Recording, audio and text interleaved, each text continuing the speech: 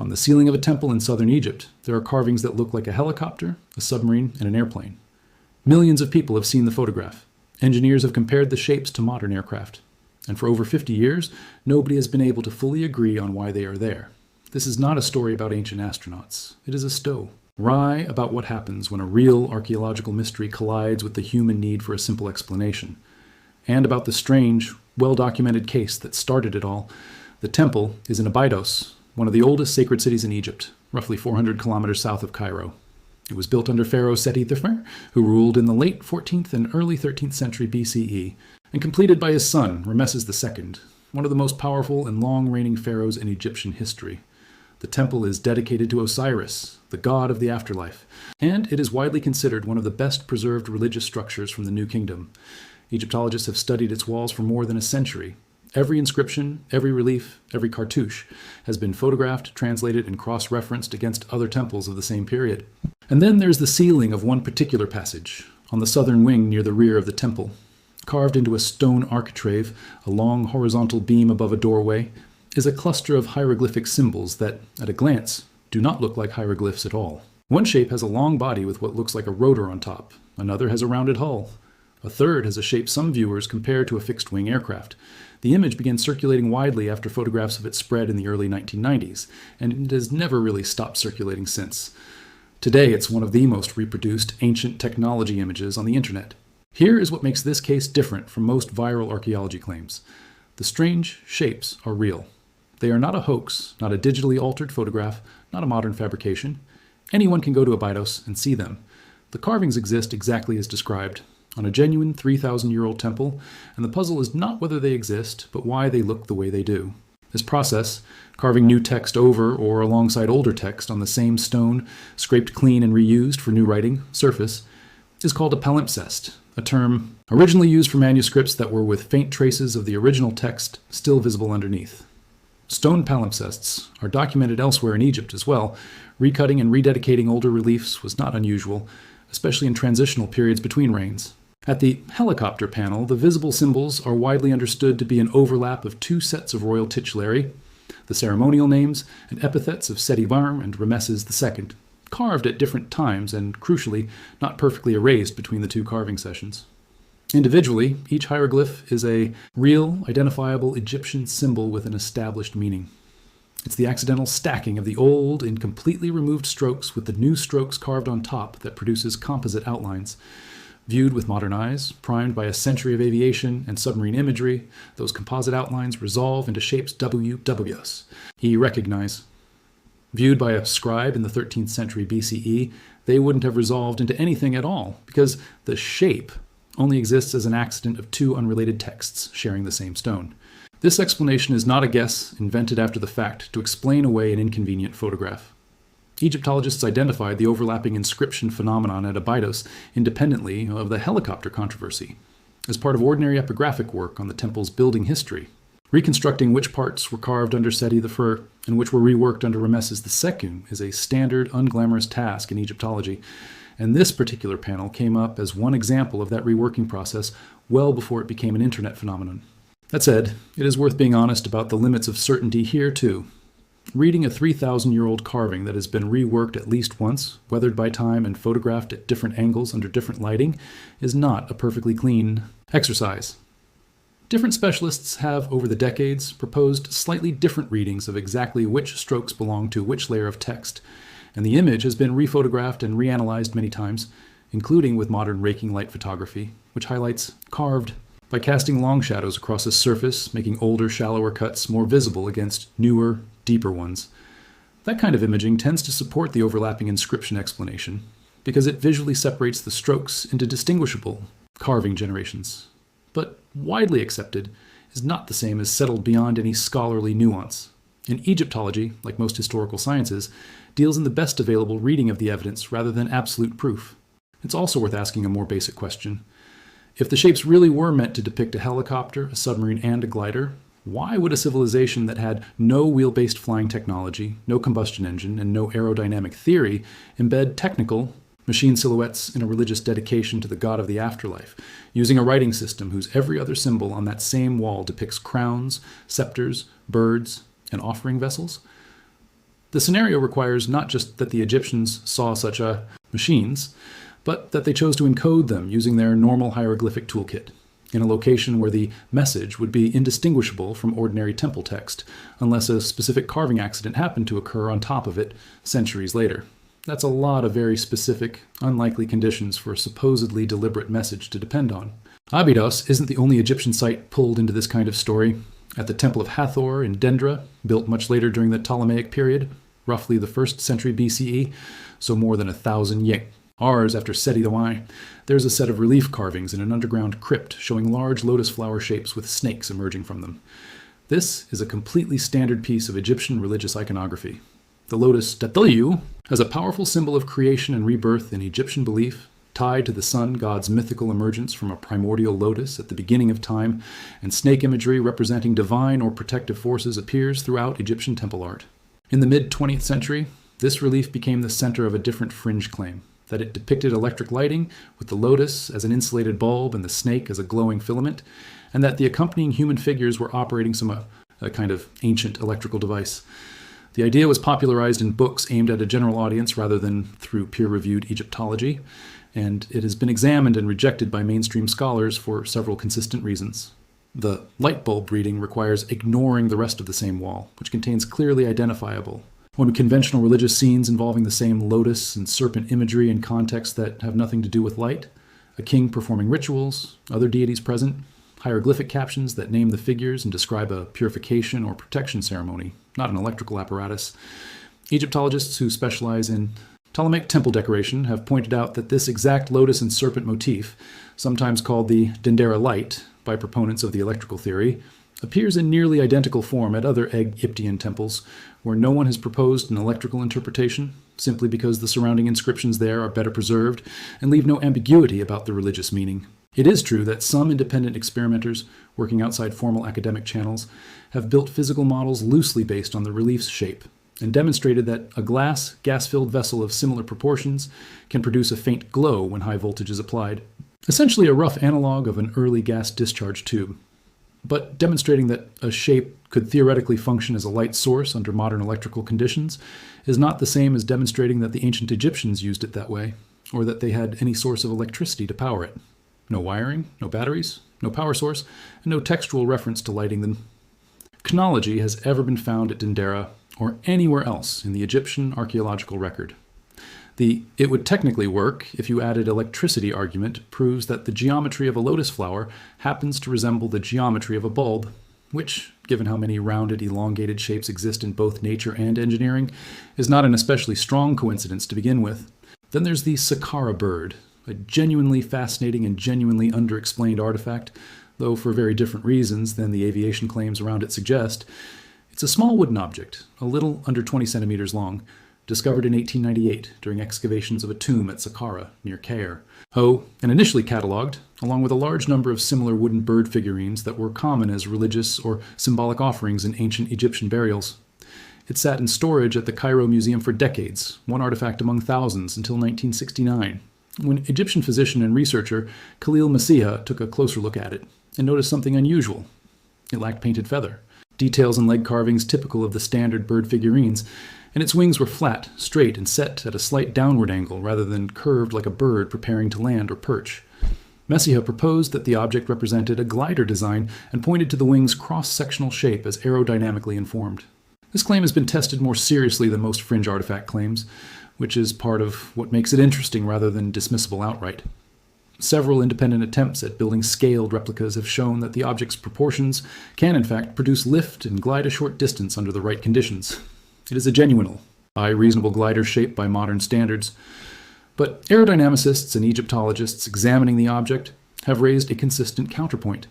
The piece is missing a horizontal tail stabilizer, which any working glider needs to fly straight rather than pitch forward or tumble, and the vertical tail fin it does have is oriented the wrong way. To compensate for that on its own, some replica builders have only achieved stable gliding flight by adding a horizontal tailplane that isn't present on the original object, meaning the successful glider. Demonstrations often quietly complete a design the artifact doesn't actually have. Without that addition, most careful replicas tumble or dive rather than glide. The mainstream Egyptological position is that the object is most likely a stylized bird figurine or possibly the finial, a decorative cap, from the top of a ceremonial standard or staff, a known category of object in Egyptian. Religious material culture, and that its unusual proportions come from stylization rather than aerodynamic intent. That position hasn't fully closed the question, and to its credit, no rigorous published reclassification has definitively settled what the object's exact original purpose was, beyond ruling out that. It's a standard painted bird figurine. It remains a legitimately unusual object. What it isn't is solid evidence of ancient functional aircraft, because a shape that can be made to glide with modern additions is a different claim than a shape that was built, tested, and used as a glider by the people who carved it. Taken together, these three cases, Abydos, Dendera, and Saqqara, follow a recognizable pattern. And it's worth naming that pattern plainly because it explains why these stories keep resurfacing generation after generation, despite being addressed by specialists more than once. Each case starts with something genuinely real and genuinely a little strange. An actual carving with an odd overlapping shape, an actual relief with an unusual visual motif, an actual wooden object with atypical proportions. None of that. Strangeness is manufactured. Then a claim gets layered on top that jumps straight to advanced ancient technology, skipping past the more mundane explanations that specialists in the relevant field, epigraphy, temple iconography, material science, have generally found sufficient, and because ancient civilization secretly had modern. Technology is a far more shareable, exciting story than two inscriptions from different reigns happen to overlap. The technological explanation spreads faster and further than the correction ever does. None of this is an argument that ancient Egyptian civilization was unimpressive or should be looked at with less wonder. The opposite, really. The actual well-documented achievements of the people who built Abydos and Dendera and filled tombs at Saqqara are extraordinary on their own terms and don't need science fiction embellishment to be worth marveling at. The Egyptians developed one of the earliest writing systems in human history and used it with a level of precision and symbolic density that scholars are still working to fully map, more than 2 centuries after decipherment began. They built stone monuments with dimensional accuracy that required extraordinarily sophisticated surveying and construction methods for the tools available to them, using techniques that engineers and archaeologists have reconstructed through decades of careful experimental work. Not guesswork, but tested, replicable methods involving ramps, levers, sledges, and an extremely well-organized labor force. They developed medicine, astronomy, tied closely to their calendar and religious cycles, and an administrative bureaucracy sophisticated enough to run a unified state along the Nile for nearly 3,000 years, longer than the gap between the fall of Rome and today. That's the actual mystery worth sitting with, not how they supposedly hid a helicopter blueprint in a hieroglyph, but how a Bronze and Iron Age civilization, using copper and later bronze tools, without pulleys in any advanced form for much of its history, without the wheel for heavy construction work, produced monuments that have survived intact for millennia, and continue to reveal new details every time a researcher looks closer with better tools. The real story doesn't need a conspiracy. It only needs patience, because that's usually what separates a solved archaeological question from an unsolved one. Not secrecy, but the sheer amount of careful, unglamorous work it takes to read 3,000 years of history correctly. The Abydos ceiling is still there, exactly as it was when the palimpsest carving was finished more than 3,000 years ago. So is the Dendera crypt, and so is the small wooden bird in its case in Cairo. What's changed isn't the stone or the wood.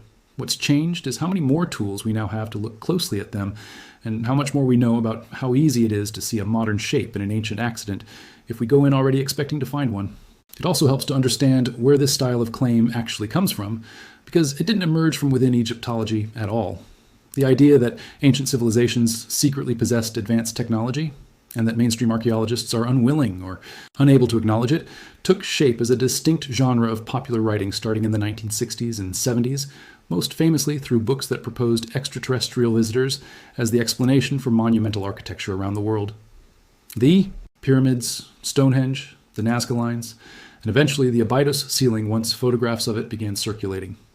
These books sold extraordinarily well, were translated into dozens of languages, and shaped public perception of ancient history far more than any academic journal ever could, simply because they were written for a mass audience and academic rebuttals generally weren't. Historians and archaeologists have pointed out, repeatedly and in detail, that the core technique of this genre is not new evidence, but a specific rhetorical move. Take a real, verified artifact or carving, strip away the surrounding context that explains it, present the isolated image next to a modern object it superficially resembles, and let the visual comparison do the persuading before any actual analysis takes place. It's a genuinely effective technique, precisely because human pattern recognition is very good at spotting similarity and not naturally equipped to ask what other explanations might produce that same similarity by accident. This matters for the Abydos hieroglyphs specifically, because the image most people have seen is almost always a tightly cropped photograph of just the helicopter cluster, isolated from the rest of the architrave and the rest of the temple wall around it. Seen in isolation, with no visible hieroglyphic context, the shapes read as unusually clean and deliberate. Seen in the context of the full inscription, rows of royal names, epithets, and religious formulae running the length of the ceiling beam, carved and recarved as part of an ordinary two-reign construction project, the disputed cluster reads very differently as one visually unusual patch in an otherwise unremarkable dedicatory text. Context doesn't erase the strangeness of the shapes. It does explain why isolating them from that context produces a much more dramatic impression than the full picture supports. It's worth pausing on how the palimpsest process physically worked, because it explains a lot about why the resulting shapes look as deliberate as they do. The Egyptian stone carvers worked in sunk relief or raised relief, cutting hieroglyphic signs into flattened, prepared limestone or sandstone surfaces, using copper or bronze chisels and stone pounders, then often finishing the edges with abrasive polishing. When a later ruler wanted to rededicate or modify an inscription, workers didn't always have the luxury of chiseling the old surface completely flat again. That's slow, damages the surrounding stone, and isn't always necessary if the new text is simply going to be carved over or beside the old one at a slightly different depth. So what often survives, especially in a badly weathered or hastily reworked section, is a shallow ghost of the earlier carving sitting underneath a deeper, more recent carving, with the two outlines partially merging where their strokes cross. Modern viewers looking at a flat photograph, especially one taken with strong side lighting that exaggerates shadow, see this merged outline as a single, continuous shape. Because photography flattens the depth information that would leave. You tease someone standing in the chamber, running a hand across the stone, feel that the shape is actually two unrelated carvings at two different depths. That tactile, three-dimensional distinction is largely invisible in a two-dimensional image, which is exactly the format in which this controversy has spread. There's a broader lesson in this pattern that extends well beyond Egypt, and it's worth naming directly. Almost every ancient advanced technology claim that gets wide to circulation follows the same three-step structure. A real artifact exists and is not in dispute. A modern-looking resemblance is proposed based on visual comparison alone, and the proposal spreads far more Wadai, Eli, than any of the specialist responses that followed it. The Baghdad Battery, a set of clay jars found in Iraq, dated to the Parthian period, roughly 2,000 years old, went through nearly the same story. Proposed in the 1930s as evidence of ancient electroplating technology, tested by replica builders who confirmed a weak electrical charge could theoretically be produced if the jars were filled with an acidic liquid like vinegar. And ultimately, most Near Eastern archaeologists concluded the jars are more likely storage vessels for scrolls or ritual objects, based on comparison with similar, undisputed containers from the same region and period. The Antikythera mechanism, by contrast, is the case that shows this pattern doesn't always break the same way. A genuinely sophisticated Greek-geared astronomical calculator, recovered from a shipwreck in 1901, in it, highly dismissed by some as impossibly advanced for its era, and eventually confirmed through X-ray imaging and detailed metallurgical study to be exactly what it appeared to be: real, working ancient technology, just far more advanced than historians expected. The difference is instructive. In the Antikythera case, decades of direct physical examination, not photographs, not surface copy. Harrison, but hands-on scientific analysis of the actual mechanism, confirmed the sea lame and forced a genuine revision of what scholars thought Hellenistic engineers were capable of. In the Abydos, Dendera, and Saqqara cases, comparable direct examination has consistently pointed toward the mundane explanation rather than away from it. The lesson isn't that extraordinary and science technology is impossible. The Antikythera mechanism proves it isn't. The lesson is that the difference between a real breakthrough and a viral misreading almost always comes down to whether anyone actually examined the object closely, rather than just its photograph. There's also a fair question buried inside all of this that deserves a straight answer rather than a dismissal. Why do trained specialists sometimes seem slow to fully close these cases, publishing findings that leave a handful of details unresolved rather than declaring total certainty? The honest answer is that this caution is not evasiveness, how careful historical science is actually supposed to work. Reading a carving that has been recut, weathered by 3,000 years of exposure, and studied only through photographs taken decades apart under different lighting conditions rarely produces the kind of absolute zero ambiguity conclusion that a viral headline wants. Responsible researchers tend to report exactly how confident they are and exactly where the evidence runs out, rather than overstating certainty in her direction, toward definitely ancient aircraft or toward definitely nothing worth a second look. That kind of calibrated uncertainty reads, to an audience used to more confident claims, as evasive or suspicious. It usually isn't. It's what intellectual honesty about evidence actually sounds like. And it's worth learning to recognize the difference between a field being cautious and a field being caught hiding something, because those two things look similar from the outside and are almost never the same. None of this is an argument that ancient Egyptian civilization was unimpressive or should be looked at with less wonder. The opposite, really. The actual well-documented achievements of the people who built Abydos and Dendera and filled tombs at Saqqara are extraordinary on their own terms, and don't need science fiction embellishment to be worth marveling at. The egg. Egyptians developed one of the earliest writing systems in human history and used it with a level of precision and symbolic density that scholars are still working to fully map, more than 2 centuries after decipherment began. They built stone monument, enites with dimensional accuracy that required extraordinarily sophisticated surveying and construction methods for the tools available to them, using techniques that engineers and archaeologists have reconstructed through decades of careful experimental work. Not guesswork, but tested, replicable methods involving ramps, levers, sledges, and an extremely well-organized labor force. They developed medicine advanced enough to include documented surgical procedures and anatomical observations, astronomy tied closely to their calendar and religious cycles, and an administrative bureaucracy sophisticated enough to run a unified state along the Nile for nearly 3,000 years, longer than the gap between the fall of Rome and today. That's the actual mystery worth sitting with.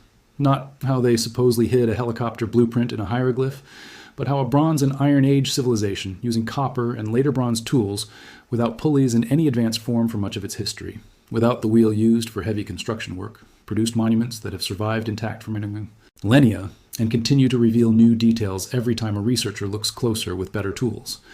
The real story doesn't need a conspiracy. It only needs patience, because that's usually what separates a solved archaeological question from an unsolved one. Not secrecy, but the sheer amount of careful and glamorous work it takes to read 3,000 years of history correctly. The Abydos ceiling is still there, exactly as it was when the palimpsest carving was finished more than 3,000 years ago. So is the Dendera crypt, and so is the small wooden bird in its case in Cairo. What's changed isn't the stone or the wood.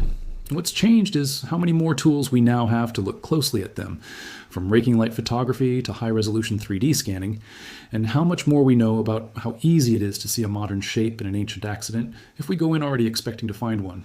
If you want to keep exploring the real history behind the myths, the actual engineering, the actual archaeology, and the actual people who built these monuments, subscribe and turn on notifications, because that's exactly the kind of story we dig into next.